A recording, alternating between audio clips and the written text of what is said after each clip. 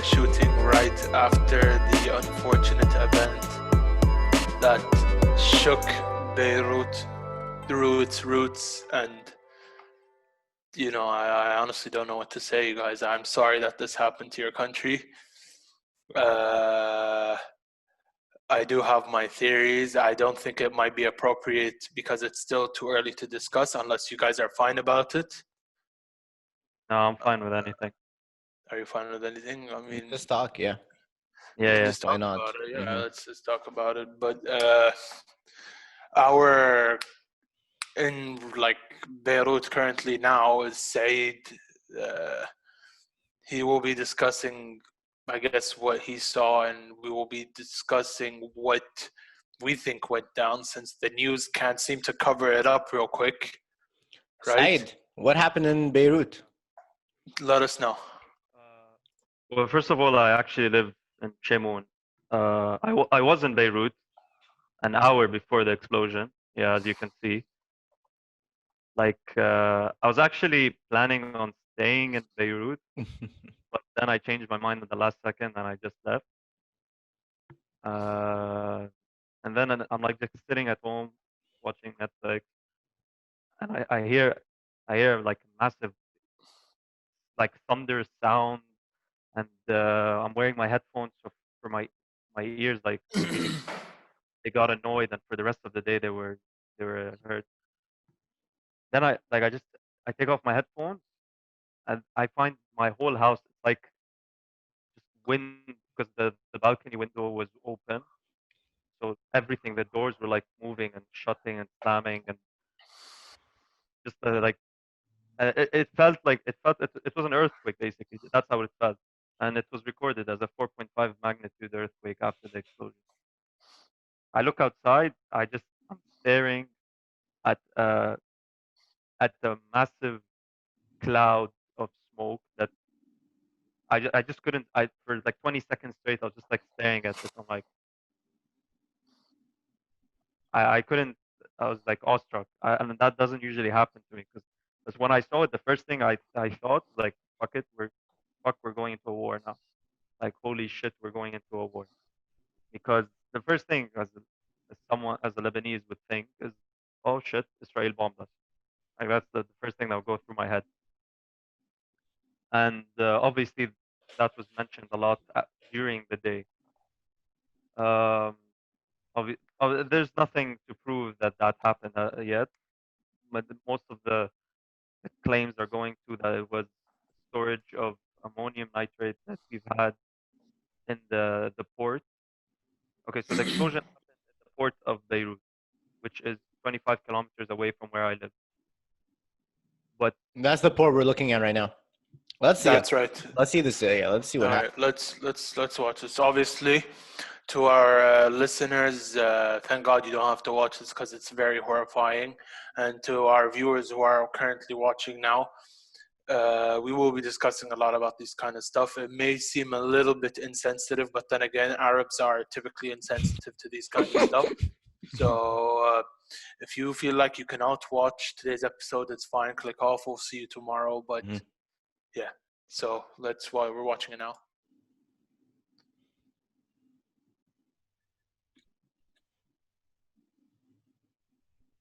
And that's the video.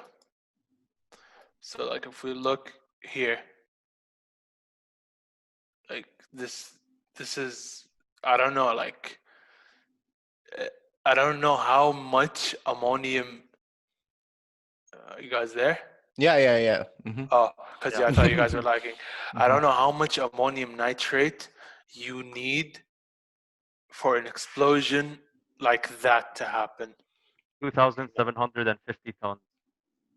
Oh, I guess they have the answer, but like, still, like, Yeah, keep moving forward, dude. we Yeah, that's look. uh-huh. Look at this. The little, like, wow. I don't even know what to say, you guys. Now imagine if this was in the middle of a city, or inside the populous area, not on the ocean. That's I mean, a it whole still hit a lot nother. of people. The whole port is wrecked, and like Yeah, definitely. But like half of it is going outwards towards the ocean. That is true. Yeah, the most of it maybe. It would have been Yeah. disastrous if it was Mhm. inside the city. It's true. So what? So what? Obviously. Yeah. So what got damaged, Saeed? Like what parts are really like hurt right now?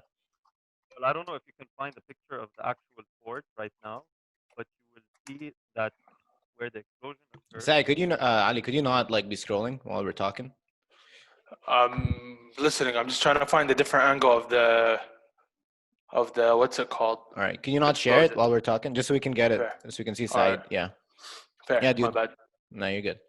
So Yeah. find if you look for an image also, Ali, while you're at it, there's an image of before and after.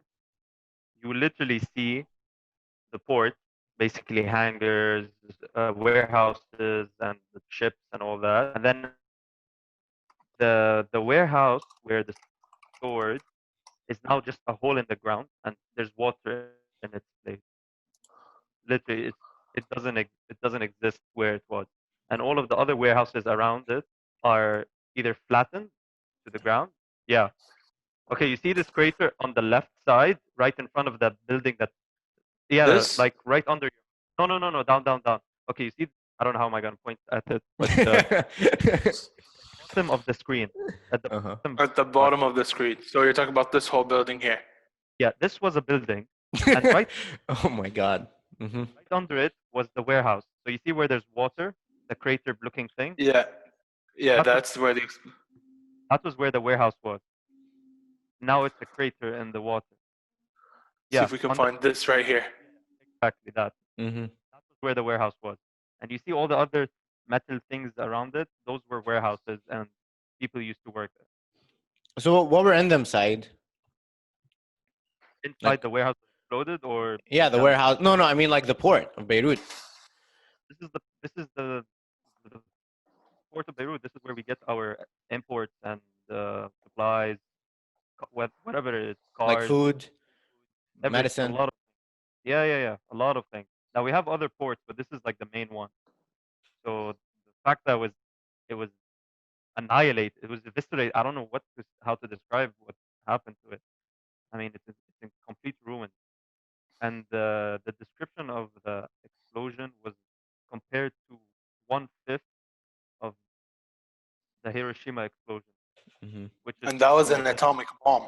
Mm-hmm. that was an atomic bomb. And that was back 100 years ago. Also, nothing like this has happened like in a century. now. This Mhm. is the third biggest explosion rate that's been ever rated, Wow. right after Hiroshima and Nagasaki. Mm-hmm. So yeah, What about like downtown? What about Hamra, Ashrafiyeh? What do you know? What places were hurt the most? like I mentioned, most of the actual explosion part was at the port. So most of the things that were completely destroyed was at the port. But Mhm. if you go like beside the port, yeah, for example, here this is Jammal, Maram Haejl Street. Mhm. Buildings collapsed, homes were destroyed, cars squished, debris fell. People weren't dying from the explosion; they were falling from the debris that was falling on them. People are still stuck in their buildings and their homes because they just collapsed, and we don't really have the best facilities and disaster management to deal with this kind of thing. Mhm. Mhm. You want to hear what this guy has to say? Yeah, he's the mayor. This is the mayor. Hey, let's play from the beginning. Share sound. Yeah, that too. So he starts talking right about here. And we will share computer sound. So tell me if you guys can hear Speechless, this. really. I can't say much except that we feel so sorry for the losses that we had. Can Beirut rebuild? Of course, definitely. This is what we're all. How long will it take? It's easy. It's still early to say that. It's like it's easy. I In mean, Lebanese fashion. if we think about it, this isn't the worst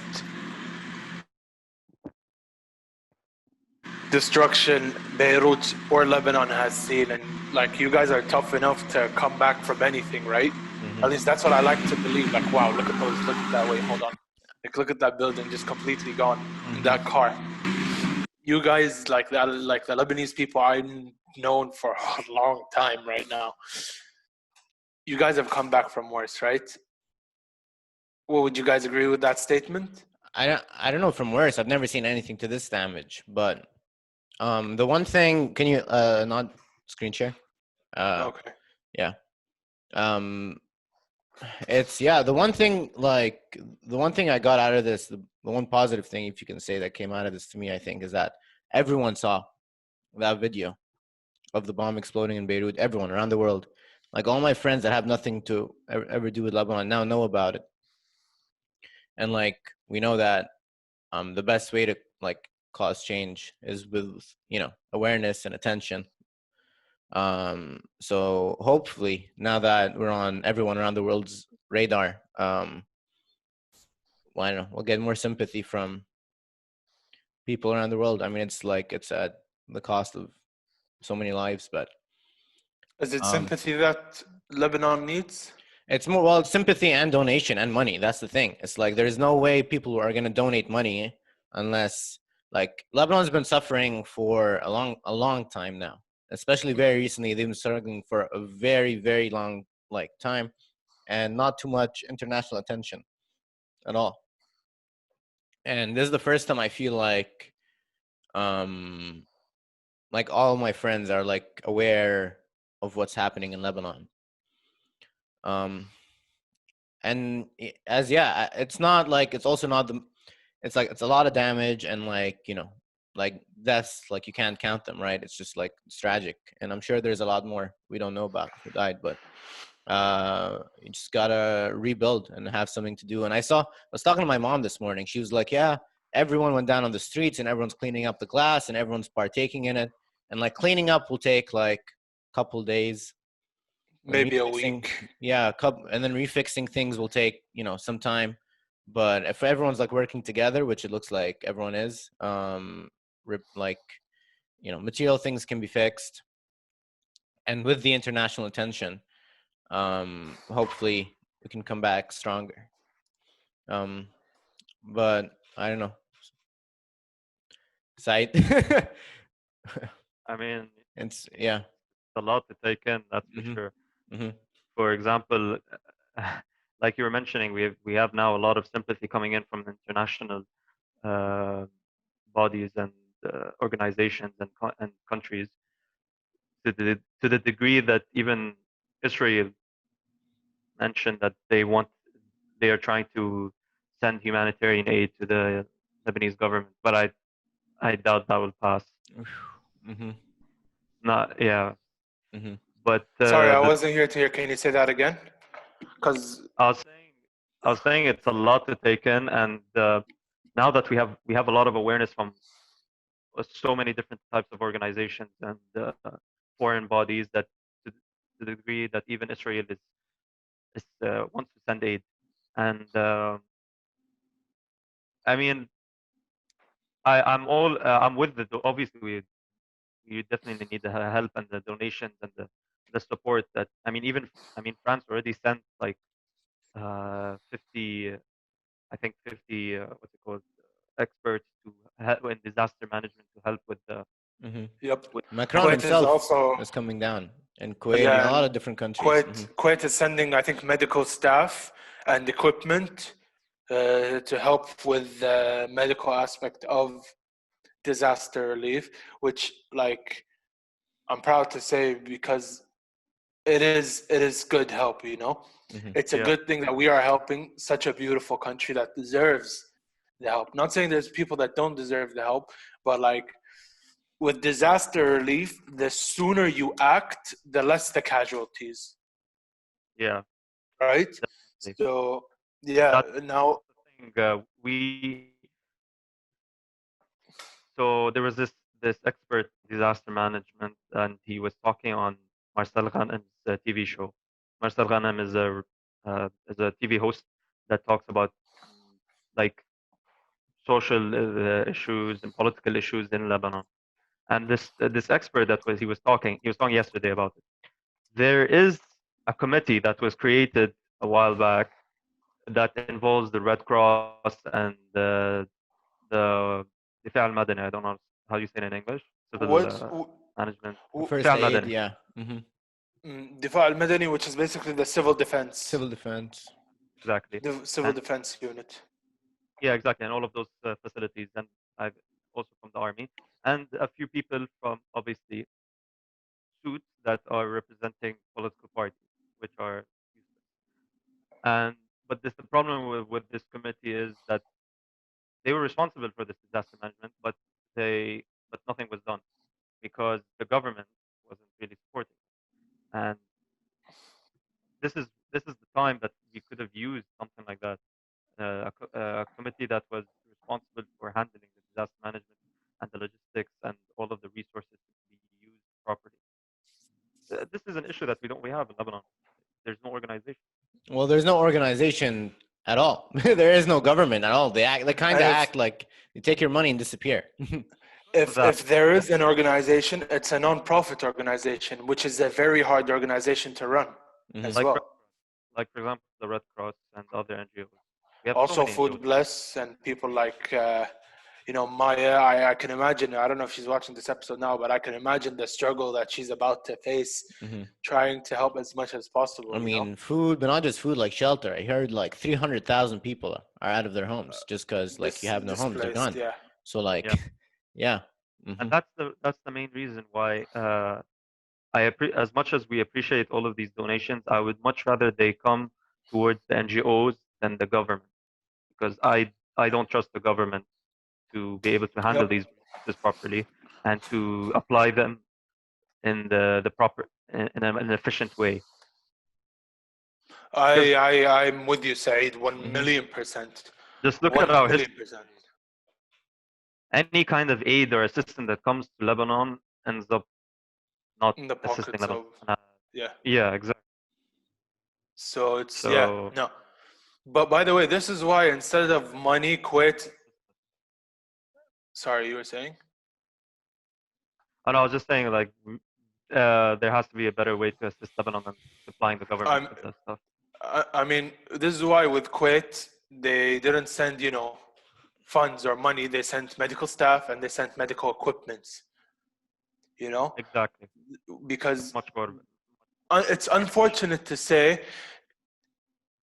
like, it's not the first time Kuwait helps the Lebanese government. I won't say the people, because if they did help the people, there would be a lot of change by the government, right? Definitely.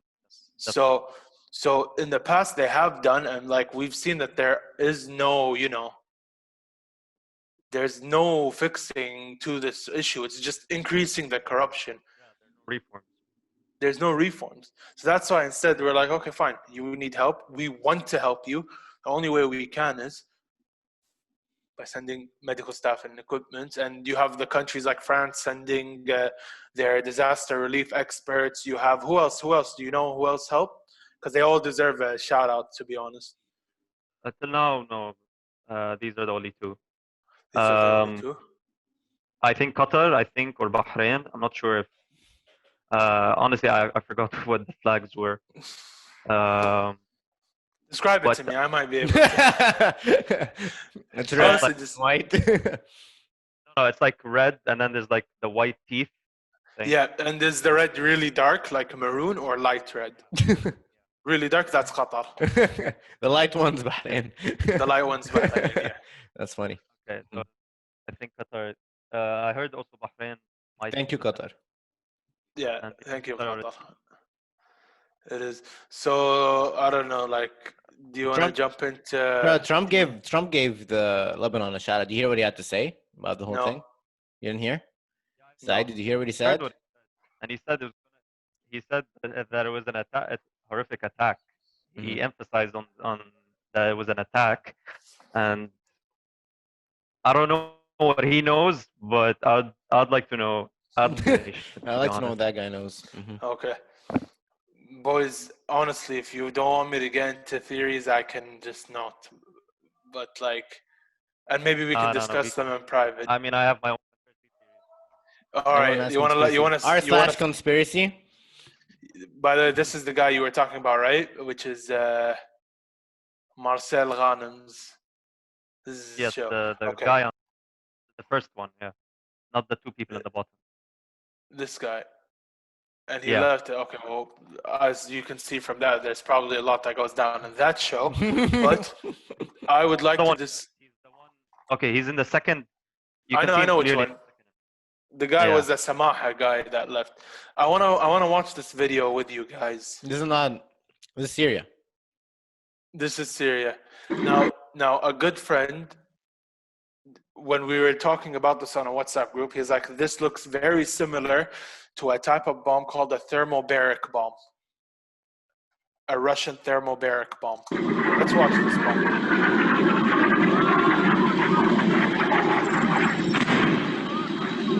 الله أكبر.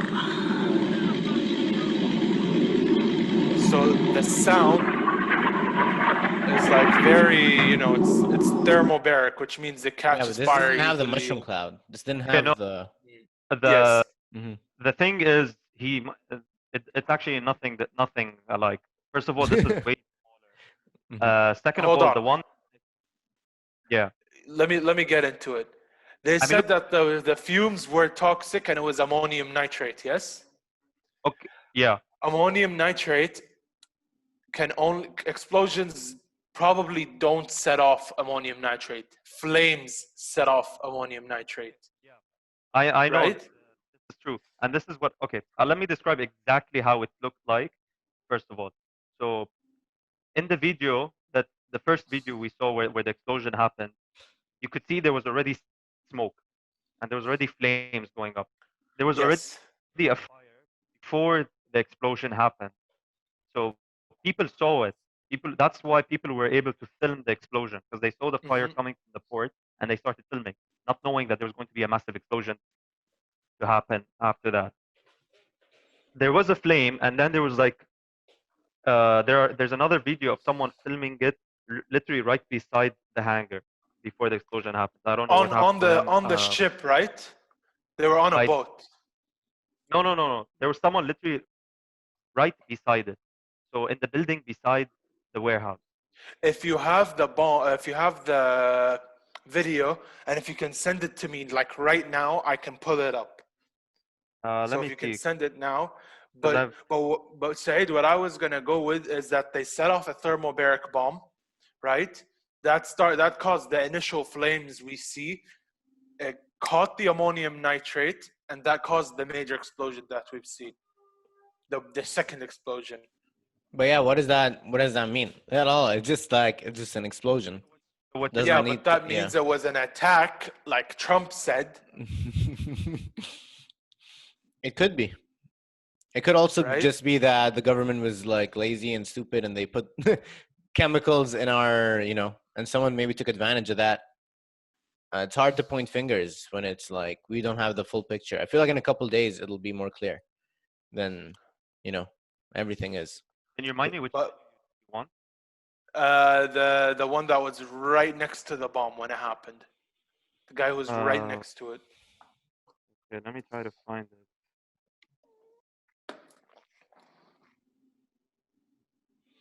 I don't know. A bomb of this measure, I'm 100% sure this was an attack. No, yeah, it's In not. fact- I don't think it's an accident. I don't believe in accidents. But it's hard right now to really like know whether like who is the acting factor, why did they do it? I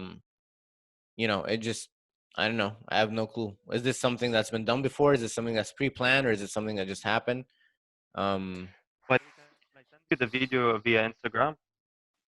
And it could sure, also yeah. Send it to the show's Instagram. it could also be that like it's not that it's an accident, but that like we've known these things have been there for the longest time, right? It's famous that it's been there for like the past like 7 years. They've known about this, right, Saeed? Yeah, it's been stored there for 7 years. Yeah. So I sent you the video, and yeah. You were saying? Sorry, I didn't catch that. Okay, yeah, this is the video. Here, let's watch. I want you guys to hear this. we hear it. Again, to our viewers. Oh, you guys hear it? Okay. Mhm.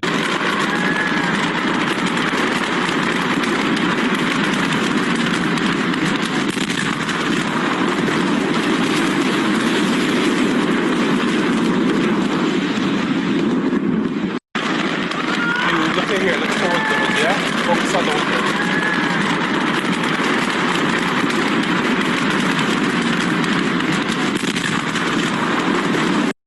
Okay. Yeah. Let's go back to this. Wait, there's another image I can send you that shows those sounds. Hold on. Allahu Akbar.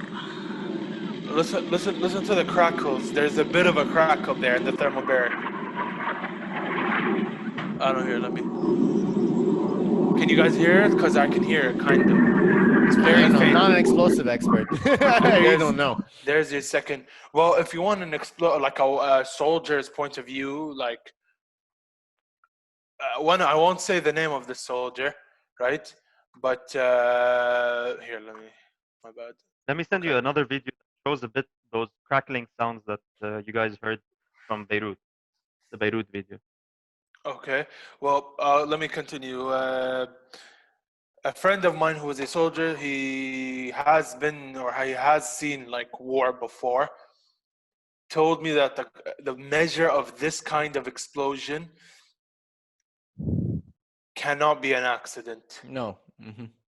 It cannot be an accident. There's I mean, it's no never way that's an happened. accident. It just No? never has happened, and then it's like, Okay, let's discuss a little bit about ammonium nitrate. To our viewers who don't know, ammonium nitrate is basically a farming fertilizing agent used in farming, right?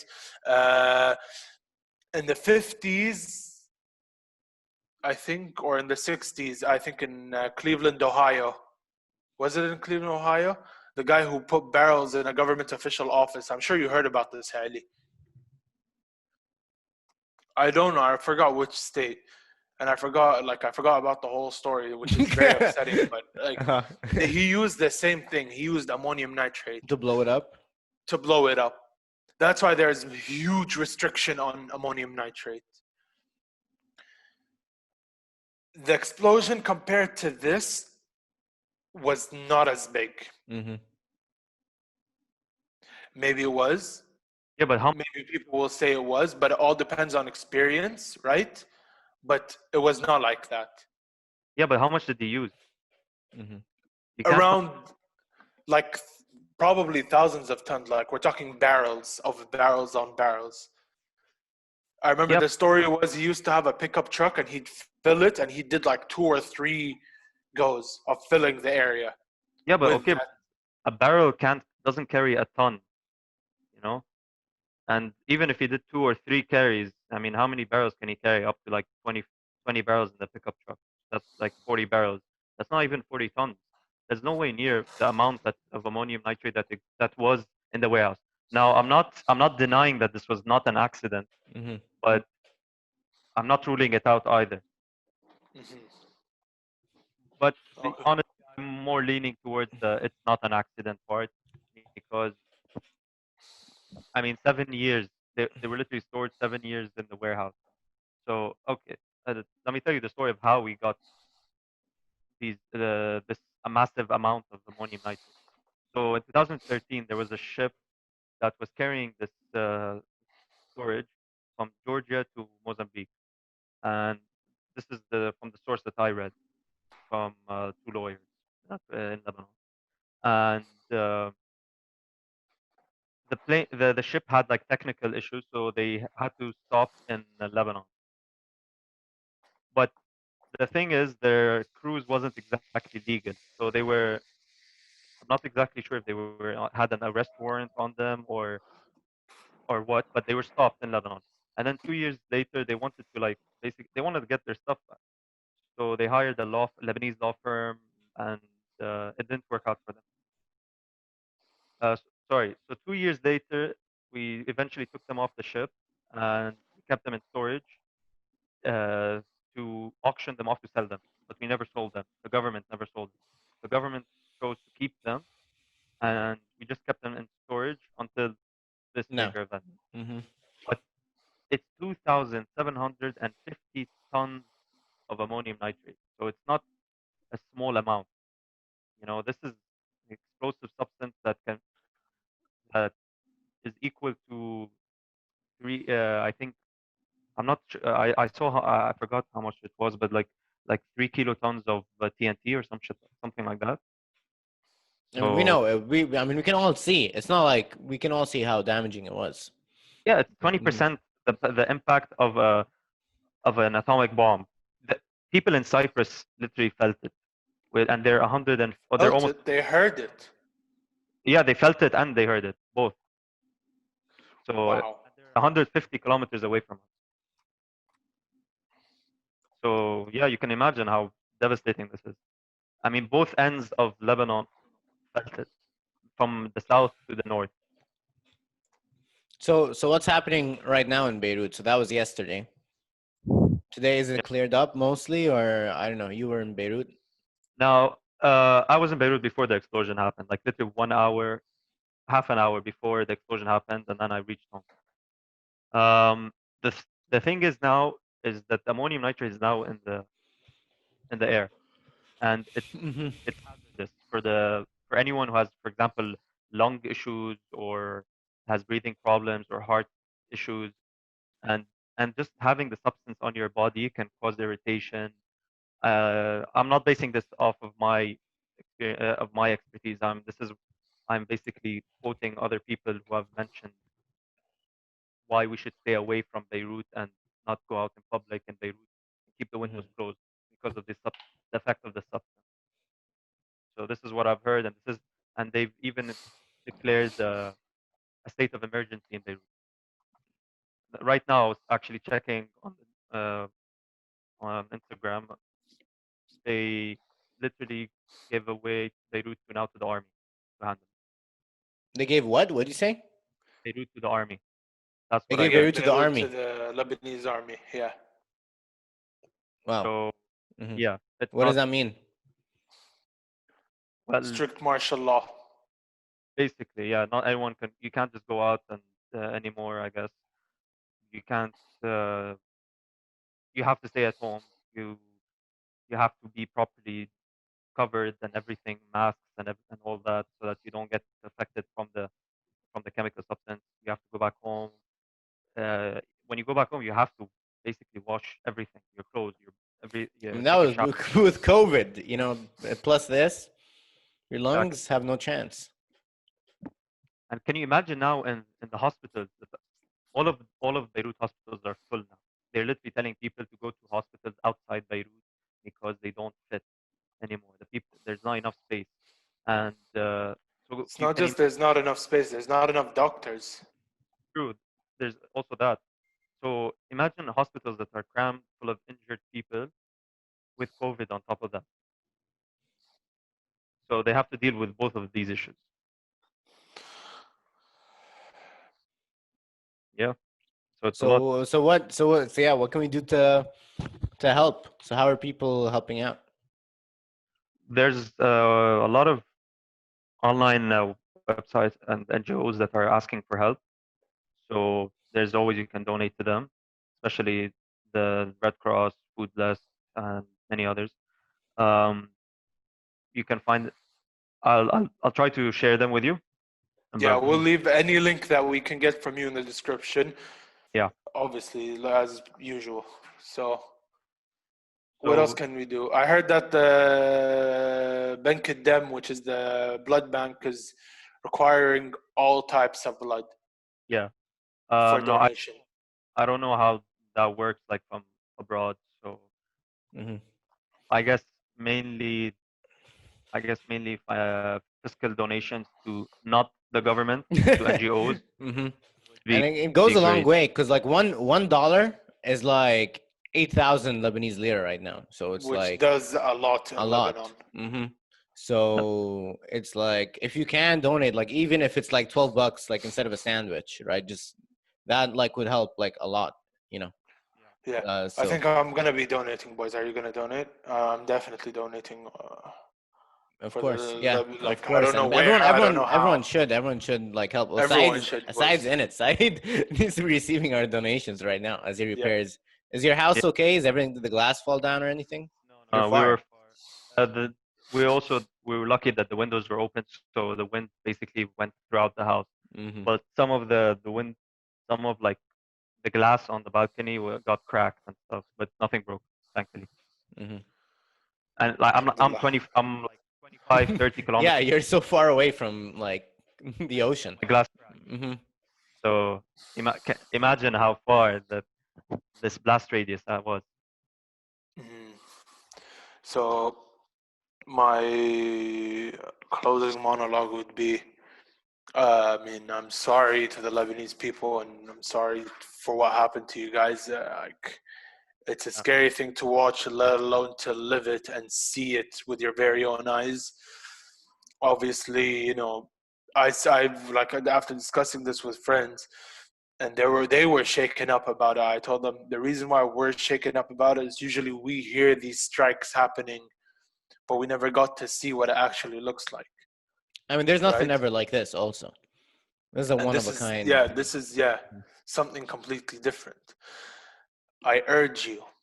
In fact, no, I beg you guys to donate whatever you can towards NGOs and not the government, not the Lebanese government, the NGOs, which are non-governmental And organizations. we'll link people.